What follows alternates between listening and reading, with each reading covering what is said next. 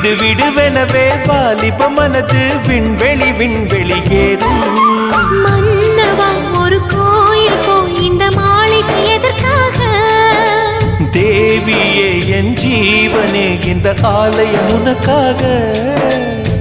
வானில் ஒரு புயல் மழை வந்தால் அழகே என்னை எங்கனம் காப்பாய். கண்ணே உன்னை என் கண்ணில் வைத்து இமைகள் எனும் கதவுகள் அடைப்பேன். சத்தியமா